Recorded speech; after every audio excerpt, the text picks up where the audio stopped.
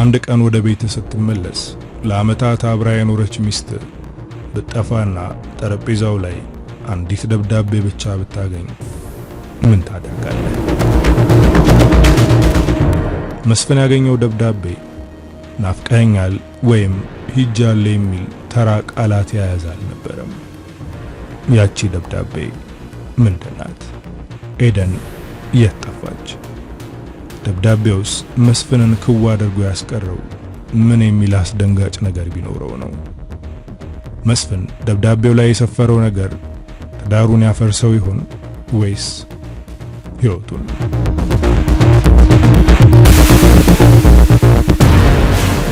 ሰላም እንዴት ናችሁ? ውድ የቻናሌ ቤተሰቦች ሁሉ ሰላም፣ የሰላም ፈጣሪ ሰላሙን በያላችሁበት ያብዛላችሁ። ፍቃዱ ተገኘ ነኝ። ቻናሉ ደግሞ የሰው ዓለም። እንግዲህ ወዶቼ ለዛሬ እስከ መጨረሻው ደቂቃ ድረስ ደብዳቤው ምን ይላል ብላችሁ እንድትጠይቁ የሚያደርገውን የጠፋችው ሚስቴ የጣለችው ሚስጥራዊ ደብዳቤ የተሰኘውን አዲስ ትረካ ይዤላችሁ መጥቻለሁ። የታሪኩ ጸሐፊ ግሩም ትእዛዙ ነው። ሚስጥሩን አብረን እንፈታለን። በእርግጠኝነት ታሪኩን አድምጣችሁ ስትጨርሱ እንዲህም አለ እንዴ ማለታችሁ አይቀርም። ቪዲዮውን ላይክ በማድረግ አበረታቱን። ለሌሎችም እንዲደርስ ሼር አድርጉት። እንዲህ ያሉ ታሪኮች እንዳያመልጧችሁ ሰብስክራይብ አድርጋችሁ የደውል ምልክቱን ተጫኑ። እነሆ ወደ ትረካው። መልካም ቆይታ።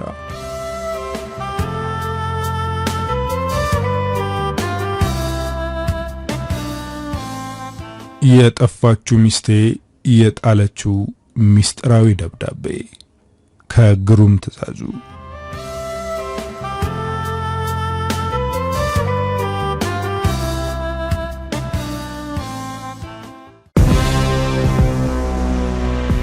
የአዲስ አበባ ምሽት በከባድ ዝናብ ታጥቧል። መስፍን መኪናውን ግቢ ውስጥ አቁሞ ወደ ቤቱ ሲሮጥ ልቡ ባልታወቀ ምክንያት ይመታ ነበር። ቁልፉን አውጥቶ በሩን ከፈተ። ቤት ውስጥ ጭልጭል የሚል መብራት በርቷል። ሳሎኑ ንጹህ ነው፣ ልክ እንደ ኤደን እጅ። የቡናው ጠረን እንኳን ገና አልጠፋም። ኤዱ አለ መስፍን። ድምፁ በባዶ ሳሎን ውስጥ ተስተጋብቶ ተመለሰ። ወደ መኝታ ቤት አመራ። አልጋው ተነጥፏል። ልብሷ አልተዘበራረቀም። በሩን ከፍቶ ወደ ልብስ ማስቀመጫው ተመለከተ። ሁሉም ልብሶቿ በየደረጃቸው ተቀምጠዋል። ሻንጣዋም ባለበት አለ። የት ሄዳ ነው በማለት ስልኩን አውጥቶ ደወለ። ስልኳ እዚያው አልጋው አጠገብ ባለው ኮሜዲኖ ላይ ይጮሃል። በድንገት ጠረጴዛው ላይ የተቀመጠ አንድ ወረቀት ተመለከተ። መስፍን እየተንቀጠቀጠ ወረቀቱን አነሳው። መስፍን ወረቀቱን ሲያነበው አይኖቹ በድንጋጤ ተከፈቱ። በወረቀቱ ላይ የተጻፈውን ነገር ደጋግሞ አነበበው፣ ግን ሊያምነው አልቻለም። እንዴት? ለምን? ብሎ በድንጋጤ ብቻውን አወራ። ወረቀቱን ጨምድዶ ሶፋው ላይ ተዘረረ። መስፍን ዝናቡን እያዳመጠ አይኑ ግድግዳው ላይ የተሰቀለው ትልቅ የሰርግ ፎቶግራፋቸው ላይ አረፈ። በዚያ ፎቶ ውስጥ የሚታየው የሁለቱ ፈገግታ የኤደን ብሩህ ገጽታ ወደ ትላንትናው ታሪክ ይወስደው ጀመር። ትዝታው ወደ ኋላ ወደ ዩኒቨርሲቲ ግቢ ወሰደው። መስፍን በትዝታ ድምጽ ኤደን ለመጀመሪያ ጊዜ ያየኋት ቤተ መጻሕፍት ውስጥ ነበር።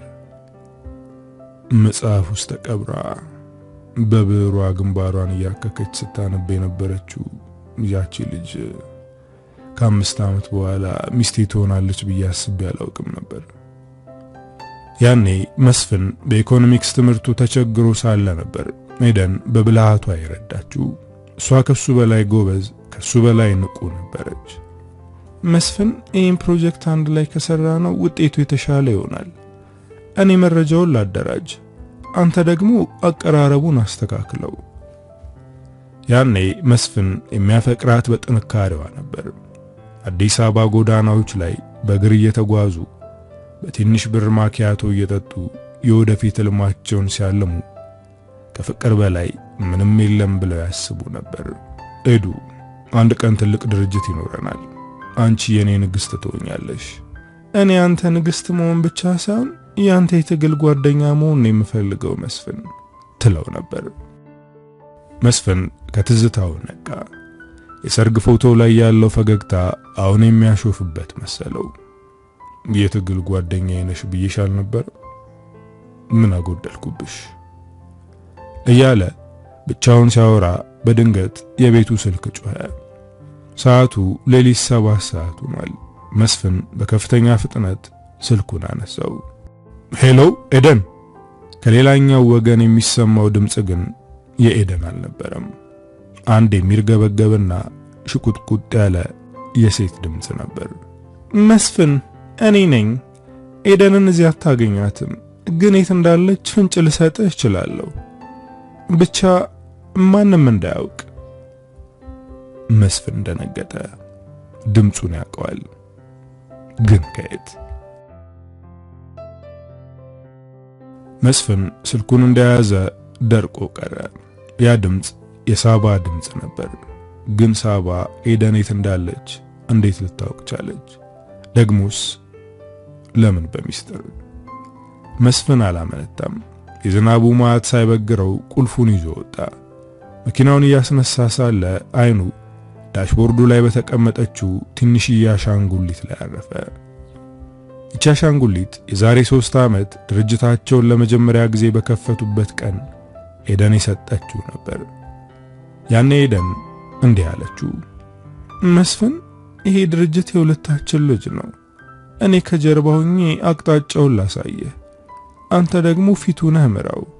ግን እንዳትረሳ እኔ ጀርባ ያለሁት ስለ ደከመኝ ሳይሆን አንተን ከፍ ለማድረግ ነው። መስፍን ያኔ እየሳቀ ሰማት። ኤዱ፣ አንቺ የሌለሽበት ስኬት ትርጉም የለውም አላት። መስፍን ሳባ የጠራችው ቦታ ደረሰ። ቦታው መሃል ፒያሳ የሚገኝ አሮጌና ግርግር የሚበዛበት ትንሽ ግሮሰሪ ነው። ሳባ ጥግ ላይ ተቀምጣለች። ፊቷ ላይ ጭንቀት ይታያል። መስፍን እንደደረሰ ወንበሩን ሳባ አድርጎ ተቀመጠ። ሳባ ንገሪኝ፣ ኤደን የት ናት? ደብዳቤው ላይ ጻፈችው ነገር ምን ማለት ነው? ሳባ መስፍንን ትክ ብላ አየችው። አይኖቿ የእውነትም የሐዘኔታ ይመስላሉ። መስፍን፣ ደብዳቤው ላይ ያለውን ነገር አንተ ካልተረዳኸው እኔ ልረዳው አልችልም። እኔ የጠራው ኤደን የት እንዳለች ልነግርህ አይደለም። ታዲያ ለምን ጠራሽኝ? መስፍን በንዴት ጠረጴዛውን መታው። ይህንን እንድሰጥ ስላዘዘችኝ ነው አለችና አንድ አሮጌ ቁልፍ ጠረጴዛው ላይ አስቀመጠች። ቁልፉ ላይ ምንም ምልክት የለም። ይሄ ቁልፍ የሚከፍተው ቤት ኤደን አሁን ያለችበትን ሳይሆን አንተ የረሳኸውን ቤት ነው። ምን ማለት ነው? ሳባ አትጫወችብኝ። ኤደን አደጋ ላይ ናት። ሳባ ተነሳች። አደጋ ያለው እሷ ጋር ሳይሆን አንተ ጋር ነው። ቁልፉን ተከተለው። ሳባ ጥላው ወጣች። መስፍን ቁልፉን ይዞ ብቻውን ቀረ። የረሳሁት ቤት? መስፍን አይምሮው ይዋክን ጀመር። በድንገት ስልኩ ላይ አንድ አናውን ነምበር የሚል አጭር የቪዲዮ መልእክት መጣ። ቪዲዮውን ከፈተው። ጨለማ ክፍል ነው። የኤደን ድምጽ ብቻ ይሰማል። መስፍን፣ የዛሬ 5 ዓመት የገባኸውን ቃል ከረሳው ቁልፉም አይረዳህም። መስፍን መኪናውን ወደ መርካቶ አበረረ። ጭልጭል የሚሉ መብራቶች ባሉበት ጠባብ መተላለፊያ ጋር ሲደርስ መኪናውን አቆመ። በዚያ ሌሊት በጭቃውና በግርግሩ መሃል 3 ወጣቶች ቆመዋል። አንደኛው በእጁ የኤደንን የሰርግ ቀለበት ይዟል። ቀለበቱ እዚህ ከሆነ እሷ የት ናት? አለ መስፍን እየተንቀጠቀጠ። ወጣቱ መለሰ፣ ቀለበቱን የምትፈልግ ከሆነ መጀመሪያ እሷ የደበቀችልህን ዕቃ መረከብ አለብህ አለው። ወጣቱ መስፍንን ወደ አንዲት ጠባብ ክፍል ወሰደው። ክፍሏ ውስጥ የኤደን ፎቶዎች ግድግዳው ላይ ተለጥፈዋል። ነገር ግን በሁሉም ፎቶዎች ላይ የመስፍን ፊት በጥቁር እስክሪብቶ ተሰርዟል። መስፍን ደነገጠ። ለምን እንዲያደረገች? በድንገት ከኋላው የበሩ መቆለፊያ ድምጽ ተሰማ። መስፍን ዞር ሲል ክፍሉ ከውጭ ተቆልፏል። በክፍሉ ጥግ ላይ ባለው ትንሽዬ ሬዲዮ ላይ የኤደን ድምጽ ይሰማል። መስፍን፣ እንኳን ወደ እውነቱ ዓለም በሰላም መጣ። እዚህ ክፍል ውስጥ ለ3 ሰዓት ትቆያለህ። ከዚያ በኋላ ወይ እኔን ታገኘኛለህ ወይ ደግሞ ድጋሚ ላታየኝ ትለያለህ። መስፍን በጠባባ ክፍል ውስጥ ወዲያ ወዲህ ይላል። ግድግዳው ላይ የተለጠፉትና ፊቱ በጥቁር የተሰረዘባቸው ፎቶዎችን በንዴትና በግራ መጋባት ስሜት ውስጥ ሆኖ ይመለከታል። በድንገት በዚያች ትንሽዬ ሬዲዮ ላይ የኤደን ድምጽ ዳግም ተሰማ። ድምጿ ከወትሮ የተለየ ቅዝቃዜ ያለበት። መስፍን ደብዳቤው ላይ ያነበብከውን ቦታ አስታውሰው። ያ ቦታ እኔ እናንተ የተቀበርንበት ነው። ግን ያ ቦታ ዛሬ ሌላ ሰው ይኖርበታል። እዚያ ክፍል ውስጥ የምታያቸው ፎቶዎች ያንተ ውሸቶች ናቸው። እኔ የት እንዳለው ማወቅ ከፈለክ መጀመሪያ የገደልከውን ሰው ማንነት ለይ። መስፍን ደነገጠ። ምን እያልሽ ነው ሄዱ? እኔ ማንንም አልገደልኩም። ፎቶዎቹ እኮ ስኬቶቻችን ናቸው ብሎ ጮኸ። ነገር ግን ሬዲዮው ተዘጋ። መስፍን ፎቶዎቹን በቅርበት መመልከት ጀመረ። አንድ ፎቶ ላይ ግን ያልተለመደ ነገር አየ። ፎቶው የሰርጋቸው ቀን ቢሆንም ከኋላቸው ካሉት ሰዎች መሃል አንዲት ሴት ፊቷ ተቆርጦ ወጥቷል። የመስፍን እጅ ደግሞ በደም የቀላ ይመስል በቀይ እስክሪብቶ ተቀብቷል። በትዝታ ወደ ሰርጋቸው ዋዜማ ተመለሰ። መስፍንና ኤደን ስለ ሰርጉ ዝግጅት እያወሩ ሳለ መስፍን አንድ የስልክ ጥሪ ደርሰዋል። ስልኩን አንስቶ ፊቱ ይገረጣል። መስፍን፣ ማን የደወለው? ምን ሆነሃል? መስፍን እየተንቀጠቀጠ ምንም አይደለም ሄዱ፣ የድሮ ስራ ጉዳይ ነው፣ እንዳትጨነቂ፣ የኛን ደስታ ማንም አያበላሸውም። ያኔ ስልኩን አጥፍቶ ኤደንን አቀፋት። ኤደን ግን ያኔ ያየችው የመስፍን ድንጋጤ ዛሬ ላለችበት ሁኔታ መነሻ ይሁን? መስፍን ከትዝታው ሲመለስ በድንገት የክፍሉ በር ክፍት ተደረገ። መስፍን ሲወጣ ያየው ወጣት የለም። መሬት ላይ ግን አንድ አሮጌ የሆስፒታል መታወቂያ ተቀምጧል። መታወቂያው ላይ ያለው ስም ግን የኤደን አይደለም፣ የመስፍንም አይደለም። የማይታወቅ የሴት ስም ነው። መስፍን መታወቂያውን ይዞ ወደ መኪናው ሮጠ። ዝናቡ አቁሞ ጭጋግ አዲስ አበባ ኖሯታል። መኪናውን እያስነሳ ሳለ ግን የኤደን እናት ደወሉለት። መስፍን፣ ኤደን እዚህ መታ ነበር፣ ግን የነገረች ነገር በጣም አስፈሪ ነው። መስፍን የዛሬ 5 ዓመት የደበቀውን ምስጢር ካልተናገረ እኔን ዳግመኛ ያገኘኝም ብላኝ ወጣች። መስፍን፣ ምን የደበከው ነገር አለ ሲሉ ጠየቁት። መስፍን መሪውን በኃይል ጨበጠው። ሚስጥር? እኔ ምንም የደበኩት ነገር የለም እማማ። ነገር ግን መስፍን በውስጡ አንድ ነገር ማስታወስ ጀመረ። የዛሬ 5 ዓመት ኤደን የማታውቀው እሱ ግን ለብቻ የፈታው አንድ ጥቁር ጉዳይ ነበር። ያ ጉዳይ አሁን ከኤደን መጥፋት ጋር ምን አገናኘው? መስፍን ወደ ኤደን እናት ቤት እየበረረ ሳለ በድንገት ከመኪናው ፊት ለፊት አንድ ሴት ጥቁር ልብስ ለብሳ ቆመች። ፍሬኑን በኃይል ረገጠው። ጭጋጉ ሲገፈፍ ሴቲቱ ፊቷን አዞረች። ኤደን አይደለችም። ያቺ ግሮሰሪ ውስጥ ያገኛት ሳባ ናት። ሳባ ወደ መኪናው ጠጋ ብላ መስኮቱን አንኳኳች። መስፍን፣ የሆስፒታል መታወቂያውን አገኘኸው? አሁን የምትሄደው ወደ ኤደን እናት ቤት ሳይሆን ያ መታወቂያ ወደ ተጻፈበት አድራሻ ነው። እውነት ያለው እዛ ነው። ሳባ በመኪናው መስኮት በኩል የምታሳየው ቅዝቃዜ መስፍን ውስጥ ካለው ጭንቀት ጋር ይፎካከራል።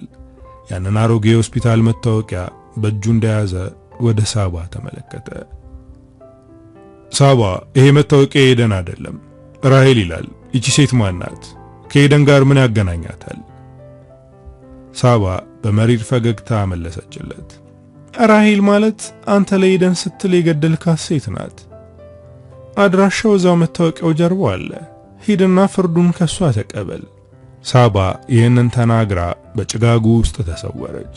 መስፍን አድራሻውን ተመለከተ። አድራሻው ከአዲስ አበባ ወጣ ብሎ በሚገኝ አንድ አሮጌ ሰፈር ውስጥ ያለ የግል ክሊኒክ ነው። መኪናውን እያስነሳ ሳለ ትዝታው ልክ እንደ መብረቅ ወደ ኋላ ወረወረው።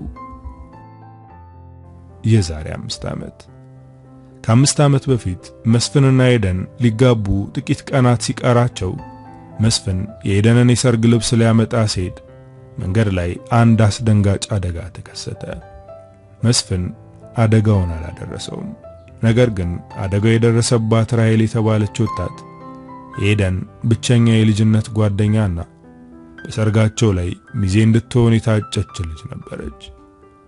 መስፍን ራሔልን ሆስፒታል ወሰዳት። ራሔል በከባድ ሁኔታ ተጎድታ ነበር። ዶክተሮቹ ከፍተኛ ሕክምና ካላገኘች ልትሞት ትችላለች አሉት። መስፍን ያኔ ለሰርጋቸው ያጠራቀሙትን ሙሉ ገንዘብ ለራሔል ሕክምና ሰጠ። ነገር ግን ለኤደን የነገራት ሌላ ነበር። ኤዱ ገንዘቡን ድርጅት እንድንከፍትበት ለባንክ አስይዤዋለሁ። ራሔል ደግሞ በድንገት ክፍለ ሀገር ቤተሰቦቿ ጋር ሄዳለች አላት። መስፍን ይሄን ያደረገው ኤደን በሰርጓ ቀን እንዳታዝንና በጓደኛዋ ስቃይ ውስጥ ደስታዋ እንዳይጠፋ በማሰብ ነበር። ራሔልም ከሕክምና በኋላ ድምጿን አጥፍታ እንድትጠፋ አደረገ።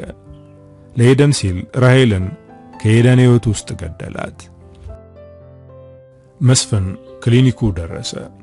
ክፍሉ ውስጥ ሲገባ አንዲት ሴት አልጋ ላይ ተኝታለች። ራሔል ናት። ነገር ግን ከጎኗ የተቀመጠችው ኤደን አይደለችም። መጣህ መስፍን አለች ራሔል። ድምጿ ደክሟል። ራሔል አንቺ? ኤደን የት ናት? አንቺ እዚህ መሆንሽ እንዴት አወቀች? ኤደን ሁሉንም ነገር አውቃለች መስፍን። እኔን የደበከው ለሷ ብለህ እንደሆነ ትረዳለች። ግን ለምን እንደዋሻት ነው ያልገባት። ለኔ ስትል የራሴን ጓደኛ ደብቀ እኔን በውሸት ደስታ ውስጥ አኖርከኝ ብላ ነው ያለቀሰችው። መስፍን በድንጋጤ አልጋው አጠገብ ተቀመጠ። ታዲያ የት ናት? ኤደን ሄደችው አንተና እሷ ቃል ወደ ተገባባችሁበት ቦታ ነው። የዛሬ 5 ዓመት አደጋው ሳይደርስ በፊት አንዳችን ከጠፋን እዚህ እንገናኝ የተባባላችሁበት ቦታ ፈልግ። መስፍን ከክሊኒኩ ሲወጣ ዝናቡ በረዶ ቀላቅሎ መውረድ ጀመረ። አሁን አንድ ነገር ገባው። ኤደን የጠፋችው እሱን በመጥላት ሳይሆን እሱ የገነባላትን የውሸት ዓለም ሰብራ ወጣ የራሷን እውነት ለመፈለግ ነው። በድንገት ስልኩ ላይ የባንክ መልእክት መጣ። ከመስፍን የጋራ አካውንት ላይ ከፍተኛ መጠን ያለው ብር ወጥቷል። ብሩ የወጣው ደግሞ ጎጃም በሚገኝ አንድ ትንሽ ባንክ ነው። መስፍን ደነገጠ። ጎጃም? እዛ ምን አለ? መኪናው ውስጥ ሲገባ በኋለኛው ወንበር ላይ አንድ ትንሽ የጨርቅ አሻንጉሊት ተቀምጣ አየ። አሻንጉሊቷ ላይ ደም የሚመስል ቀይ ቀለም ተቀብቶባታል። ከስሯ ደግሞ አንድ ማስታወሻ አለ። የገደልከውን እውነት ልትቀብር ትችላለህ፣ ግን ትዝታውን ልትገለው አትችልም። ወደ መጀመሪያው ቤትህ ና ይላል። መስፍን ከአዲስ አበባ ወጥቶ ወደ ሰሜን በሚወስደው መንገድ ላይ መኪናውን እያበረረ ነው። ሌሊቱ እየተገፈፈ ንጋቱ ሰማዩን በወርቃማ ቀለም እየቀባው ነው። ነገር ግን የመስፍን ልብ አሁንም በጭጋግ ተሸፍኗል። በኋለኛው ወንበር ላይ ያገኛት ያቺ ደም የመሰለ ቀለም የተቀባች አሻንጉሊትና ወደ መጀመሪያው ቤትህ ና የሚለው መልእክት አእምሮውን እያናወጡት ነው። የመጀመሪያው ቤት። ወደ መጀመሪያ ቤት ስትል ኤደን ምን ማለቷ ነው? በጎጃም በኩል ወደምትገኘው ትንሿ የልጅነት መንደሩ መሆኑ ነው። በትዝታ ወደ ኋላ መስፍን ገና የዩኒቨርሲቲ ተማሪ ያለ ኤደንን ወደ ቤተሰቦቹ መንደር ለጥያቄ ወሰዳት ቀንን አስታወሰ። ያኔ ገና ድሃ ነበሩ። መስፍን ለኤደን ያሳያት ቤተሰቦቹ የሚኖሩበትን የጭቃ ቤት ነበር። ኤዱ እዚህ ቤት ውስጥ ነው የተወለድኩት። አንድ ቀን ትልቅ ቪላ እንሰራለሁ። አንድ ቀን ትልቅ ቪላ እሰራልሻለሁ። ይህን ድህነት ታሪክ እናደርገዋለን አላት። ኤደን እጆቹን ይዛ መስፍን እኔ የምወደው ያንተን ቪላ ሳይሆን ይህን የጭቃ ቤት ውስጥ ያየሁትን ቅንነትህን ነው። ሀብት ሲመጣ ይህን ማንነትህን እንዳታጣው ብቻ። መስፍን ያኔ እየሳቀ ቃል ገባላት። ነገር ግን ሀብት ሲመጣ ትልቁን ቪላ ሲገነባ ያኔ ጭቃ ቤትና ያንን ማንነቱን መቼ እንደረሳው አሁን ተገለጠለት። መስፍን ወደ መንደሩ ሊቃረብ ጥቂት ኪሎ ሜትሮች ሲቀሩት መንገዱ ላይ የድንጋይ ክምርና የተሰበሰቡ ሰዎችን አየ። መኪናውን አቁሞ ወረደ። ምንድነው ችግሩ ሲል ጠየቀ። አንድ ሽማግሌ ወደሱ ጠጋሉና ልጄ መንገዱ ተዘግቷል። ትላንት ሌሊት ከባድ ዝናብ ስለነበር ድልድዩ ተሰብሯል። መኪና አያሳልፍም አሉት። መስፍን ተስፋ በመቁረጥ ሰዓቱን ተመለከተ። የኤደን ቀነ ገደብ ሊያልቅ ጥቂት ሰዓታት ብቻ ቀርተውታል። በእግር መሄድ ይቻላል ሲል ጠየቀ። በዚህ ጭቃ 5 ኪሎ ሜትር ነው አሉት ሽማግሌው በመገረም። መስፍን አላመነታም። የሺህ ብሮች ጫማውንና ውድ ጃኬቱን መኪና ውስጥ ጥሎ በጭቃው ላይ በእግሩ መጓዝ ጀመረ። ይህ ጉዞ ለሀብቱና ለዝናው የሚከፍለው ካሳ ይመስላል። እየተንሸራተተ እየወደቀና እየተነሳ መንደሩ ደረሰ። መስፍን ወደ ነበረበት አሮጌ ጭቃ ቤት ደረሰ። ቤቱ አርጅቷል፣ ጣሪያው አጋድሏል። ነገር ግን ከውስጥ የጭቃ ሽታ ይወጣል። በረጅሙ ተንፍሶ በሩን ከፈተ። የጠበቀችው ግን ኤደን አልነበረችም። ቤት ውስጥ የተቀመጠችው አንዲት የማያውቃት ወጣት ሴት ናት። በእጇም የኤደንን የሰርግ ፎቶ ይዛለች። መስፍን ሲገባ ቀና ብላ አየችው። ዘገየህ መስፍን፣ ኤደን እዚህ ነበረች፣ ግን መስፍን ከመጣ ይህን ስጩ ብላኛለች አለችና አንዲት ትንሽዬ የድምፅ መቅጃ ቴፕ ሪከርደር ሰጠችው። መስፍን እየተንቀጠቀጠ የፕሌይ ቁልፉን ተጫነ። የኤደን ድምፅ ተሰማ። መስፍን እዚህ ቤት ውስጥ ሳለን ነበር ምንም ሳይኖረን ሁሉንም ነገር ያለን ይመስለን የነበረው። አሁን ግን ሁሉ ነገር ሲኖረን ባዶ ሆነን። ስለ ራሔል የዋሸኸኝ እኔን ላለማጣት እንደሆነ አውቃለሁ፣ ግን ውሸት ራሔልን ብቻ ሳይሆን የኔንም ማንነት ገደለው። አሁን አንድ የመጨረሻ ጥያቄ አለኝ። እዚህ መንደር ውስጥ ካሉት ሰዎች መሃል አንተ ድርጅትህን ለመገንባት ስትል የከዳኸው የልጅነት ጓደኛ ማን ነው? መስፍን ደነገጠ። አይምሮው ወደ ኋላ መጓዝ ጀመረ። አሁን እየተጋለጠ ያለው ሚስጥር ከራሔልም በላይ ጥልቅ ነው። ድርጅቱን ለመገንባት ሲል የፈጸመውና ማንም እንዲያውቅበት የማይፈልገው ያ ጥቁር ክህደት አሁን ከፊቱ ቆሟል። በድንገት ከቤቱ ጀርባ አንድ ሰው ጥላ ታየ። መስፍን ዞር ሲል ያ የከዳው ጓደኛው ፊቱ በቁጣ ተሞልቶ ቆሟል። እንኳን ደህና መጣ መስፍን። ኤደን ያንተን እውነተኛ ፊት እንድታይ የረዳኋት እኔ ነኝ አለው። መስፍን በድንጋጤ ደርቆ ቀረ። ከፊት ለፊቱ የቆመው ሰው አማኑኤል ነው፣ የልጅነት ጓደኛው።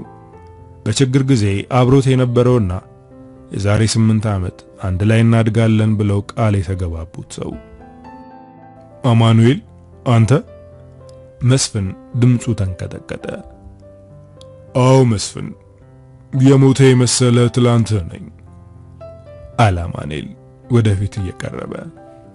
ኤደን እዚህ የመጣችው እውነቱን ፈልጋ ነው። ያንተን ስኬት ለማድመቅ ስትል እኔን እንዴት እንደረገጥከኝ፣ የጋራ ሐሳባችንን እንዴት ሰርቀ የራስ ብቻ እንዳደረከው ሁሉንም አውቃለች። በትዝታ ወደ ኋላ ነጎደ። መስፍንና አማኑኤል የመጀመሪያውን የቢዝነስ ፕላን በወረቀት ላይ በጋራ የሳሉበት ምሽት። አማኑኤል ነበር ሐሳቡን ያመጣው። መስፍን ግን ሐሳቡን ይዞ ለባለ ሀብቶች አቀረበ። ኢንቨስተሮቹ መስፍንን ብቻ ፈለጉት።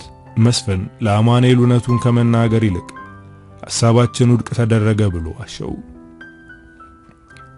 ከጥቂት ወራት በኋላ መስፍን ያንኑ ሐሳብ በራሱ ስም ብቻ አስመዝግቦ የዛሬውን ግዙፍ ድርጅት መሰረት ጣለ። አማኑኤል ግን በድንገትና በተስፋ መቁረጥ ውስጥ ቀረ። መስፍን በጭቃ የተለወሰውን እጁን አይቶ አንገቱን ደፋ። አማኑ፣ ኤደን እንዳላጣት ፈርቼ ነው። እሷ ስኬታማ ሰው እንጂ ድሃ አትወድም ብዬ ስላሰብኩ ነው አለው። ተሳስተሃል መስፍን። ድንገት ከቤቱ መጋረጃ ጀርባ የኤደን ድምፅ ተሰማ። መስፍን ደንግጦ ዞረ። ኤደን ከመጋረጃው ጀርባ ወጣች። ፊቷ የዛለ ቢመስልም አይኖቿ ግን እንደ ሰዓት ይነዳሉ። ኤዱ? መስፍን ወደ እሷ ሊጠጋ ሲል በእጇ አቆመችው። መስፍን፣ እኔ ያፈቀርኩት አንተን እንጂ ያንተን ድርጅት አልነበረም። ግን አንተ እኔን ላለማጣት ስትል ጓደኛህን ገደልክ።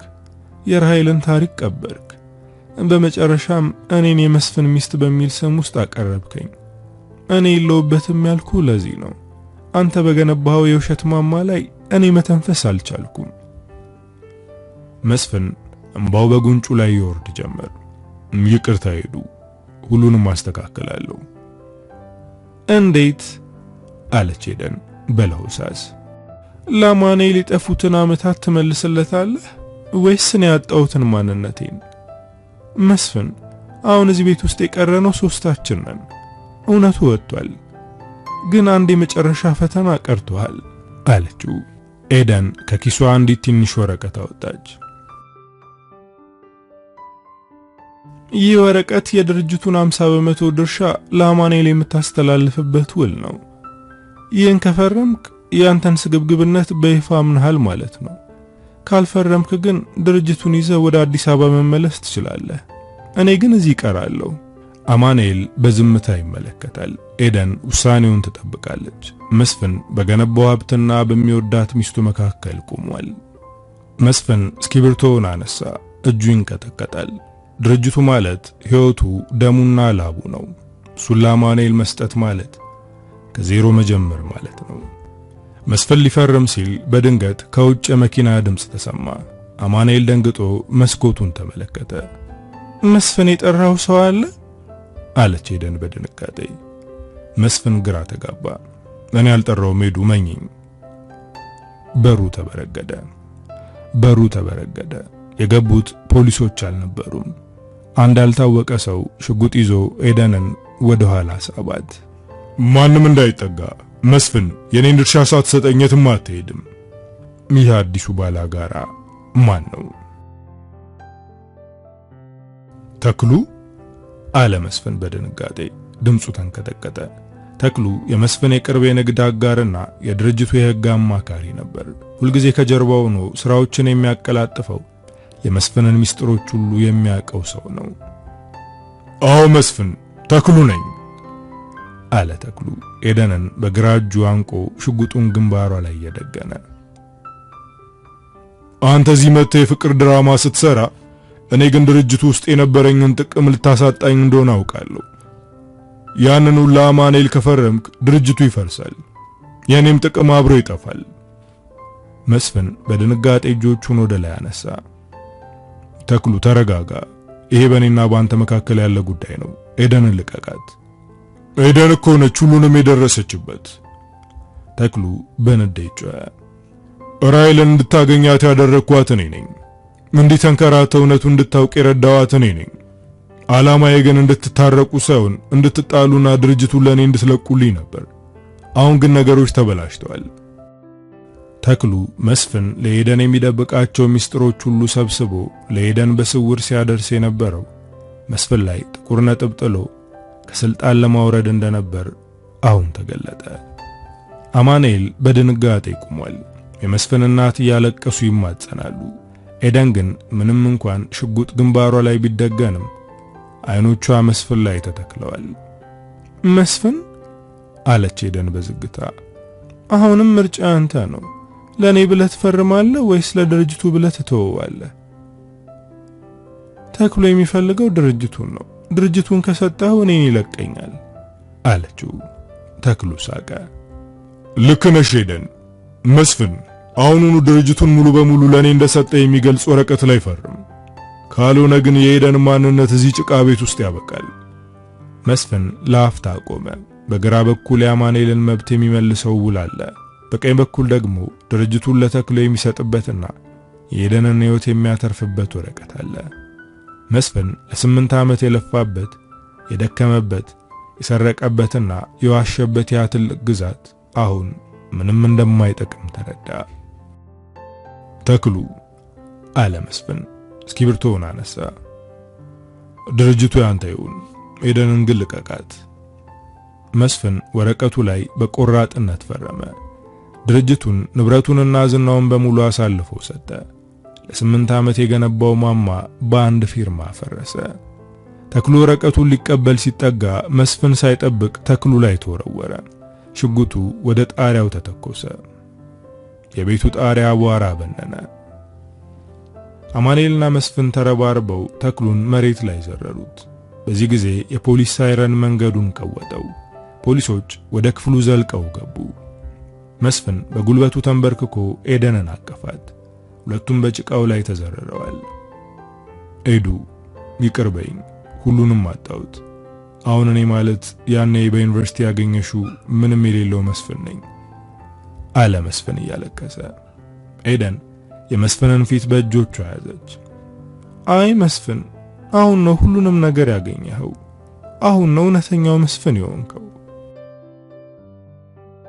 ተክሉ በፖሊስ ቁጥጥር ስር ዋለ። መስፍን ግን የፈረመው ወረቀት ድርጅቱን ለተክሉ የሰጠ ቢሆንም አማኑኤል ግን አንድ ያልተጠበቀ ነገር ተናገረ። መስፍን፣ ያንተ ፊርማ አያስፈልገኝም። ኤደን ትላንት ማታ ድርጅቱን ወደ ህዝባዊ አክሲዮን እንድትቀይረውና የሰራተኞቹ ድርሻ እንዲሆን የሚያደርግ ሰነድ አዘጋጅታ ነበር። አንተ አሁን የፈረምከው ወረቀት ዋጋ የለውም። መስፍን ግራ ተጋባ። ኤደን ምን ማለት ነው ሲል ጠየቃት። ኤደን ፈገግ አለች። የሰራነው ሀብት የብዙዎች ደም ያለበት ነው መስፍን። እኛ ከዜሮ እንጀምራለን፣ ግን በዚህ ጊዜ በእውነተኛ ፍቅር አለችው። የደብዳቤው ሚስጥር። ከሳምንት በኋላ አዲስ አበባ መስፍንና ኤደን በአዲሷ ትንሽ ክራይ ቤታቸው ሳሎን ውስጥ ተቀምጠዋል። መስፍን ከመጀመሪያው ቀን ጀምሮ በኪሱ ይዞት የነበረውንና ያጨማደደውን ያንን ወረቀት አወጣው። መስፍን ደብዳቤውን መዘርጋት ጀመረ። የኤደን ድምጽ በቤቱ ውስጥ ያስተጋባል። መስፍን፣ ሁሉ ነገር ባለበት እኔ የለውበትም። ባዶ ቤት ውስጥ ሳይሆን ባዶ ትዳር ውስጥ መኖር ሰለቸኝ። እኔን መፈለግ ካለብህ መጀመሪያ የገደልከውን ማንነቴን ፈልገው። ፍለጋ የሚጀምረው እኔና አንተ ድህነትን ባሸነፍንበት ሳይሆን እውነትን በሸጥንበት ቦታ ነው። እዚያ ቦታ ካላገኘኸኝ የሰጠኸኝን ወርቅ እንጂ እኔ እንዳገመኛ አታገኘኝም። መስፍን ደብዳቤውን አጥፎ ጠረጴዛው ላይ ያስቀመጠው። ኤደንን ትክ ብሎ አያት። ኤዱ፣ እውነትሽን ነው። ኤዱ፣ እውነትን በሸጥንበት ቦታ ስትይ ያኔ አማኑኤልን የከዳውበትን ቀን ማለትሽ እንደሆነ ገብቶኛል። ያ ቀን ነው እኔ መጥፋት የጀመርኩት አለ። በዚያች አሮጌ ጭቃ ቤት ውስጥ የሆነው ሁሉ አሁን ላለው ሰላም መሰረት ሆኗል። መስፍን የፈረመው ወረቀት ዋጋ አልነበረውም። ምክንያቱም ኤደን ቀደም ብላ የድርጅቱን ግማሽ ድርሻ ለአማኑኤል የሚመልስና ቀሪው ደግሞ ለሰራተኞች የሚሆንበትን ሕጋዊ ሰነድ አዘጋጅታ ነበር። ተክሉ በፈጸመው ክህደትና ጠለፋ በፖሊስ ቁጥጥር ስር ውሏል። መስፍን በጠረጴዛው ላይ አዲስ ነጭ ወረቀት ዘረጋ። ምን እያደረክ ነው መስፍኔ? አለች ኤደን። አዲስ የቢዝነስ ፕላን እየሳልኩ ነው አለ መስፍን። ግን በዚህኛው ወረቀት ላይ በመጀመሪያው መስመር ላይ የተጻፈው ስም የኔ ብቻ አይደለም፣ መስፍንና ኤደን ይላል። ከዚህ በኋላ ምንም አይነት ሚስጥር በመካከላችን አይኖርም። እኔና አንቺ አንድ የምንሆነው አንቺ ማንነትሽን ስታጪ ሳይሆን ሁለታችንም የየራሳችን ብርሃን ኑሮን ስንተጋገዝ ነው የሚለውን በሚገባ ተረድቻለሁ አላት። ሕይወት ልክ እንደ ኢኮኖሚክስ ቀመር ናት። በትክክለኛ ቦታ ላይ ትክክለኛውን ውሳኔ ካላሰፈርንባት ውጤቷ ኪሳራ ይሆናል።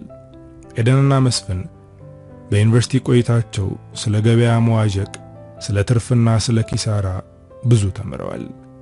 ነገር ግን ትልቁን የሕይወት ትምህርት የተማሩት በጭቃ ከተመረገችው አሮጌ ቤታቸውና ካለፉበት የፈተና ሰዓት ውስጥ ነበር። መጀመሪያ ላይ መስፍን የኢኮኖሚክስ ዕውቀቱን ለግል ጥቅም ብቻ ዋለው። ትርፍ በየትኛውም መንገድ መገኘት አለበት በሚል የተሳሳተ ፍልስፍና ውስጥ ገብቶ የቅርብ ጓደኛው የሆነውን አማኑኤልን ካደ። ያኔ መስፍን አያውቀውም እንጂ በሕይወቱ ትልቁን ኪሳራ እየመዘገበ ነበር። የኤደን ፍቅር እየራቀው፣ ሰላሙ እየጠፋ፣ ማንነቱ እየረከሰ ሄደ። ነገር ግን ያቺ የኤደን ደብዳቤ የሕይወቱን ሂሳብ አስተካከለችው። እውነትን በሸጥንበት ቦታ ፈልገኝ የሚለው ቃሏ መስፍን ያጠፋውን የዕድል ዋጋ እንዲረዳ አደረገው። ወርቅ ለማግኘት ሲል የከፈለውን የሞራል ዋጋ ሲገነዘብ ወደ እውነት ለመመለስ ወሰነ። ኤደን በብልህነቷ ድርጅቱን ከጥፋት ስትታደገው ተክሉ በሰራው ክህደት ተሸነፈ። ፍትህ ሰፈነ። የኤደንና የመስፍን አዲስ ምዕራፍም ተጀመረ። ከውድቀታቸው ተነስተው የጋራ ግዛታቸውን መሰረቱ። ስሙን ኤድመስ ኮንስትራክሽንና የኢኮኖሚክስ አማካሪ አሉት። አሁን የኢኮኖሚክስ ዕውቀታቸው ለጥፋት ሳይሆን ለልማት ዋለ። ኤደን የድርጅቱን የፋይናንስ ስትራቴጂና የኢንቨስትመንት አቅጣጫ በጥንቃቄ ስትደግፍ፣ መስፍን ደግሞ የገበያ ጥናቱንና የፕሮጀክቱን አፈጻጸም በበላይነት መራ። የነሱ ስኬት ሚስጥር ሰብአዊ ካፒታልን ወይም ሂዩማን ካፒታልን ከገንዘብ በላይ ማክበራቸው ነበር። አማኑኤልን ወደ ድርጅቱ በክብር መለሱት። ሰራተኞቻቸው የትርፉ ተካፋይ የሚሆኑበትን አዲስ የኢኮኖሚ ስርዓት ዘረጉ። ድርጅቱ በአጭር ጊዜ ውስጥ በአገሪቱ ተጽዕኖ ፈጣሪ ከሆኑ ተቋማት አንዱ ሆነ። ምክንያቱም የኤደን ብልሃትና የመስፍን ታማኝነት ድርጅቱን የጥንካሬ ምሰሶ አድርገውታል። ይሁንና ከህንፃዎቹ ከፍታና ከባንክ ሂሳባቸው ቁጥር በላይ ሌላ ታላቅ ስኬት ቤታቸውን አንኳኳ። የ9 ወራት ጥበቃ ተጠናቆ የፍቅራቸው ፍሬ የሆነችው ቆንጆ ሴት ልጅ ተወለደች። ስሟን አሚን አሉት። አሚን ማለት ታማኝነት። ይህ ስም የኢኮኖሚክስ ሊቃውንቱ ኤደንና መስፍን በሕይወታቸው ያገኟት ትልቋ ሴት ማለትም ሀብት ነበረች። አሚን ስትወለድ መስፍን የገባው ቃል አንድ ነበር። ለልጄ የማወርሰው መሬት ብቻ ሳይሆን የማወርሳት ስምም ንጹህ መሆን አለበት የሚል ነበር። አሁን ሀብታቸው ትርጉም አገኘ። ለልጃቸው የተሻለች ሀገር ለመፍጠር የሚተጉ፣ ለወጣቶች ሥራ የሚፈጥሩና እውነትን ከገንዘብ አስበልጠው የሚይዙ ሆኑ። አሁን ምሽት ነው። ኤደንና መስፍን አዲሱ ዘመናዊ መስሪያ ቤታቸው ሰገነት ላይ ቆመው ወደ ከተማዋ መብራቶች ይመለከታሉ። አሚን በመስፍን እጅ ላይ ሆና የእናቷን ጸጉር ተነካካለች። ኤዱ፣ ያኔ በክፍል ውስጥ ስለ ትርፍና ኪሳራ ስንማር ትልቁ ትርፍ እንዲህ አይነቱ ሰላም እንደሆነ አልታየኝም ነበር። ዛሬ ግን የህይወቴን ሂሳብ ሳሰለው ያንቺ መኖርና የአሚን መምጣት ከማንኛውም ቁጥር በላይ ባለሀብት አድርጎኛል አላት። ኤደን ፈገግ ብላ መስፍንን እያየች፣ መስፍኔ በኢኮኖሚክስ የማይለወጥ ሕግ የለም ይባላል፣ ግን ታማኝነትና ፍቅር የማይለወጡ የህይወት ሕጎች ናቸው። እኛ እውነትን በጋራ ስንይዝ ዓለም ሁሉ በእጃችን ሆነች። አሁን ኤድመስ ማለት እኔ እናንተ ብቻ ሳንሆን የገነባነው እውነትና የምናሳድጋት ልጃችንም ጭምር ናት አለችው። የኤደንና የመስፍን ታሪክ ተፈጸመ። ነገር ግን የፍጻሜ ሳይሆን የአዲስ ስኬት መጀመሪያ ነበር። በኢኮኖሚክስ ዕውቀት ተጠበው፣ በፍቅር ታምነው፣ በእውነት ድል አድርገው አሁን በልጅ ተባረኩ። ታሪካቸው ለብዙዎች ትልቅ ትምህርት ሆነ። ሀብት የሚገኘው በስርቆት ሳይሆን በታማኝነት፣ ስኬትም የሚጸናው በፍቅር መሆኑን ለዓለም አሳዩ። ታሪኩ እዚህ ላይ ያበቃል። መስፍንና ኤደን በብዙ መከራ ውስጥ አልፈው ፍቅር ከሀብት ከክብርና ከዝና በላይ መሆኑን አረጋገጡ። ኤደን በጻፈችው ደብዳቤ መስፍንን ወደ ራሱ እንዲመለስ አደረገችው። በአንድ ወቅት ሰላም ያጣው ትዳራቸው አሁን በእውነትና በግልጽነት ላይ ተገንብቶ ጸና። ውድ አድማጮቻችን፣ ትዳር የሁለት ሰዎች የጋራ ጉዞ እንጂ የአንዱ ጥላ ስር የመደበቅ ሂደት አይደለም። በውሸት የተገነባ ማማ አንድ ቀን መናዱ አይቀርም። ዋናው ጥበብ ግን ማማው ሲፈርስ እውነተኛውን ፍቅር ይዞ መቆም መቻል ነው። ያ ደብዳቤ የመስፍንን ሕይወት ለሁለት ከፈለው። የዛሬው ትረካችን እዚህ ላይ ቢጠናቀቅም ጥያቄው ግን ለእናንተ ይቀራል።